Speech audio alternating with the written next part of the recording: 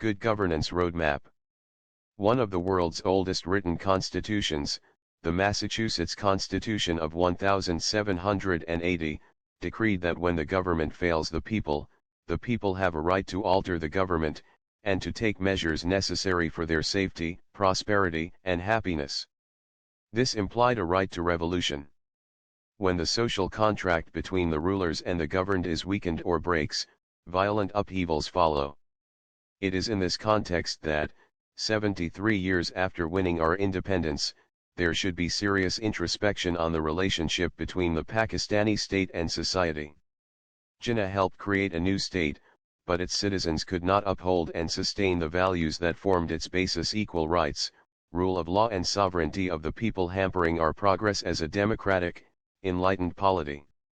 Frequent military rules and successive inept civilian governments have resulted in a lack of trust between state and society. There should be serious introspection on the relationship between the Pakistani state and society. While important to admit past mistakes, it is more important to move beyond blame and towards the serious task of nation building. We have no choice but to work together to carve out a charter of governance, based on strengthening democracy, improving service delivery, ensuring accountability, and upholding the rule of law.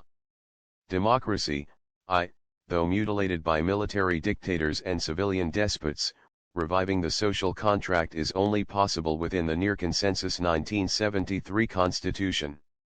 2. Any constitutional amendments must be undertaken only after extensive parliamentary and public debates, and with active involvement of civil society. 3. The National Assembly's tenure may be curtailed to 4 instead of 5 years, with a maximum of 2 4-year tenures for the chief executives of the Federation and provinces. 4. Free and transparent elections must be ensured by an independent, empowered election commission, and dispensing with superficial, arbitrary, and expensive caretaker governments. V. Senators should be elected through a direct vote of the people instead of a patronage-based, selection-cum-election process.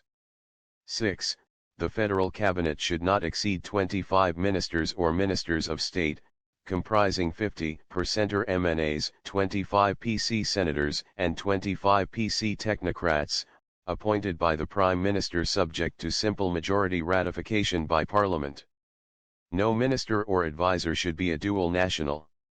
7. Effective elected local governments must be put in place. Service delivery. There should be zero tolerance for military involvement in federal, provincial, and local governments. The current practice of accommodating serving and retired military personnel in civilian departments causes widespread resentment. Due to its discipline and organizational skills, military assistance should be sought during crises like COVID-19 and natural disasters. 2. A significant number of civil servants have become politically aligned and in some cases corrupt. An independent commission should scrutinize and send home the incorrigible lot. 3. Promotion to BPS 22 should not be monopolized by one service group.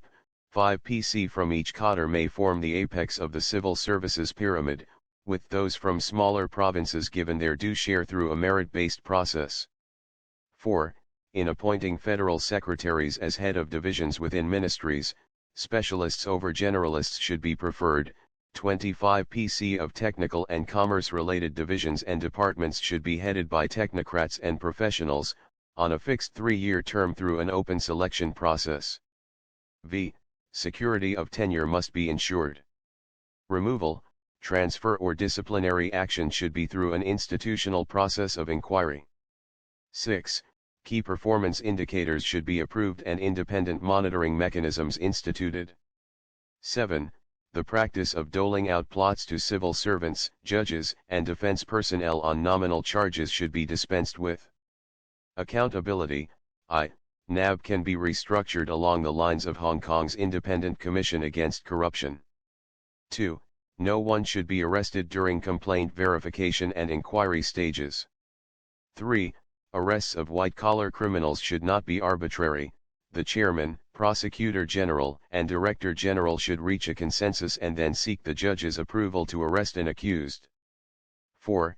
Accountability Court judges should not be appointed by the federal government but by the 5-member administration committee headed by the Chief Justices of the High Courts, for a 3-year term.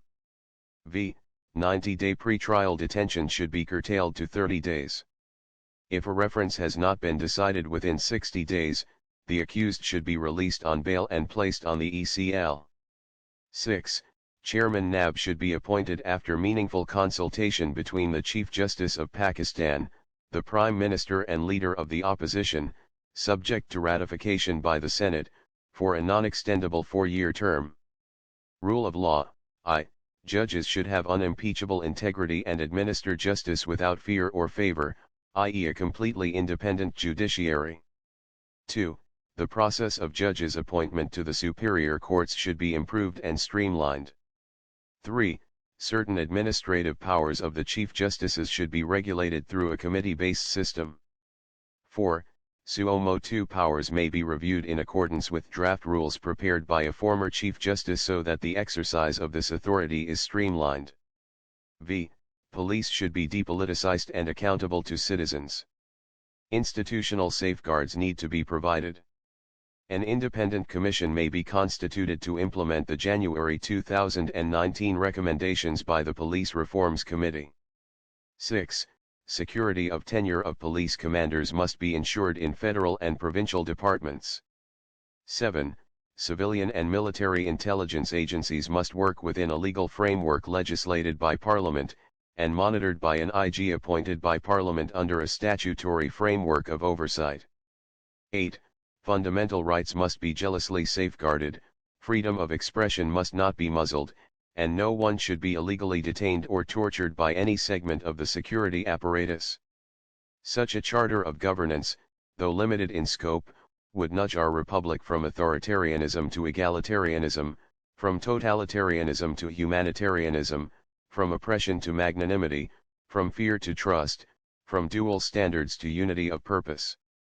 Above all, it is a message to our leaders not to rule but to govern. They should pay heed to Goethe's words, "It is bad governments, not bad people, who cause revolutions."